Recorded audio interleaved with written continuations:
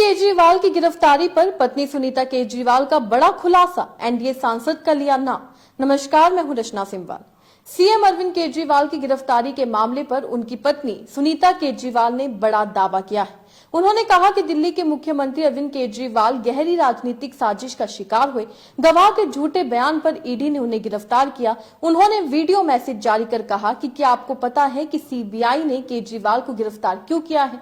उनकी गिरफ्तारी एनडीए के एक सांसद के बयान पर की गई। उनका नाम है मंगुटा श्रीनिवासुलु रेड्डी यानी एमएसआर आंध्र प्रदेश से एनडीए के सांसद हैं। सुनीता केजरीवाल ने 2 मिनट 18 सेकंड के वीडियो में ईडी पर गंभीर आरोप भी लगाए हैं। सुनिए उन्होंने क्या कुछ कहा है। क्या आपको पता है कि केजरीवाल जी को गिरफ्तार क्यों किया है? केजरीवाल जी को एनडीए के एक एमपी के बयान पर गिरफ्तार किया है। उनका नाम है मंगुटा श्रीनिवासुलु रेड्डी यानी एमएसआर। एमएसआर आंध्र प्रदेश से एनडीए के एक सांसद हैं। एमएसआर ने ऐसा क्या बयान दिया जिससे आपके मुख्यमंत्री केजरीवाल को गिरफ्तार कर लिया?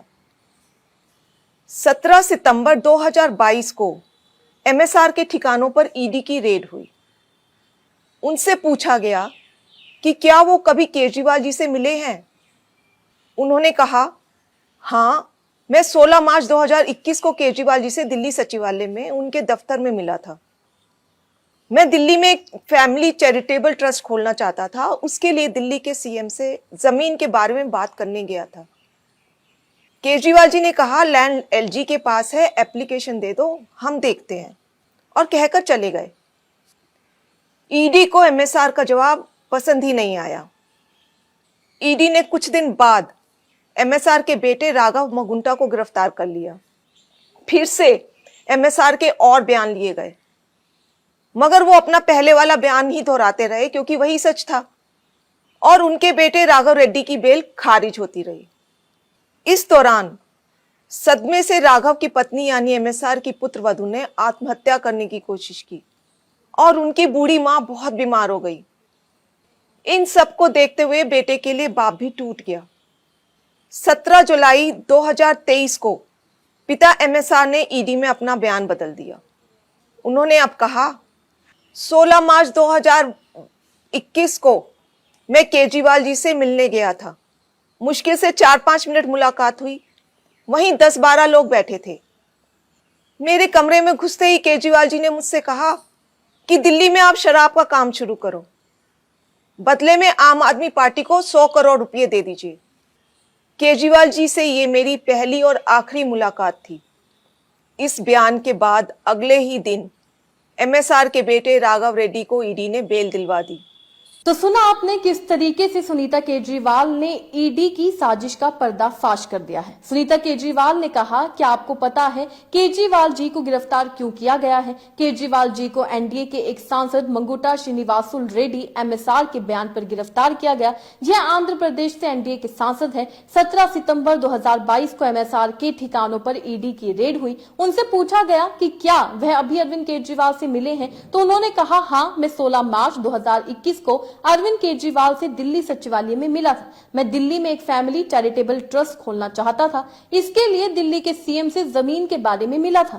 केजरीवाल जी ने कहा कि लैंड एलजी के पास है, आप आवेदन दे दीजिए, हम देखते हैं। ईडी को एमएसआर का जवाब पसंद नहीं आया। ईडी ने कुछ दिन बाद एमएसआर के बेटे राघव मंगुटा को गिरफ्तार कर लिया। एमएसआर के फिर से बयान लिए गए, लेकिन वह अपना पहले वाला बयान ही दोहराते रहे क्योंकि वही सच था और उनके बेटे राघव रेड्डी की जमानत खारिज होती रही। इस दौरान सदमे से राघव की पत्नी यानी एमएसआर की पुत्रवधू यानी बहू ने आत्महत्या की कोशिश की और बहुत बीमार हो गई। इन सबको देखते हुए बेटे के लिए वह टूट गए। 17 जुलाई 2023 को एमएसआर ने ईडी में अपना बयान बदल दिया। उन्होंने अब कहा कि 16 मार्च 2021 को मैं केजरीवाल जी से मिलने गया था। मुश्किल से 4-5 मिनट मुलाकात हुई। मेरे कमरे में घुसते ही केजरीवाल जी ने मुझसे कहा कि दिल्ली में आप शराब का काम शुरू कीजिए, दीजिए, बदले में आम आदमी पार्टी को 100 करोड़ रुपए दे दीजिए। केजरीवाल जी से यह मेरी पहली और आखिरी मुलाकात थी। वहीं पर 10 से 12 लोग बैठे हुए थे। अगर किसी को किसी से पैसे मांगने भी थे तो वह क्या किसी अजनबी से पहली मुलाकात में ही 10 से 12 लोगों के सामने इस तरह के पैसे मांगेगा? ये सुनीता केजरीवाल ने कहा है। उन्होंने कहा इस बयान के बाद अगले ही दिन एमएसआर के बेटे राघव को ईडी ने बेल दिलवा दी।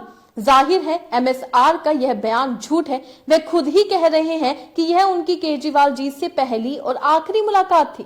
जाहिर है एमएसआर के बेटे और परिवार को 5 महीने बुरी तरह से प्रताड़ित किया गया, इसलिए उन्होंने अपने बेटे को बचाने के लिए झूठा बयान दिया और इस बयान को देने के बाद 2 दिन में ही एमएसआर के बेटे राघव को बेल भी मिल जाती है।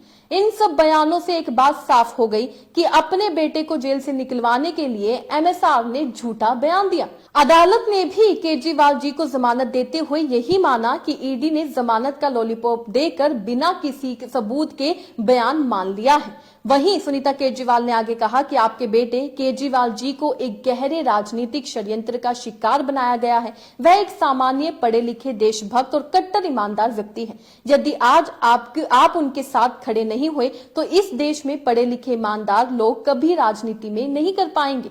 क्या मोदी जी केजरीवाल जी के साथ ठीक कर रहे हैं? इस वीडियो को ज्यादा से ज्यादा शेयर करें ताकि पूरे देश को पता चल सके कि मोदी जी कैसे ईडी सीबीआई के जरिए एक गहरे राजनीतिक षड्यंत्र के तहत आपके केजरीवाल और आम आदमी पार्टी को खत्म करना चाह रहे हैं। तो आप देख सकते हैं किस तरीके से सुनीता केजरीवाल ने बड़े आरोप लगाए, बड़े खुलासे किए। ये वही खुलासे सुनीता केजरीवाल के द्वारा किए गए हैं जो बातें हम आपको पहले भी अपनी कई वीडियोस में बता चुके हैं।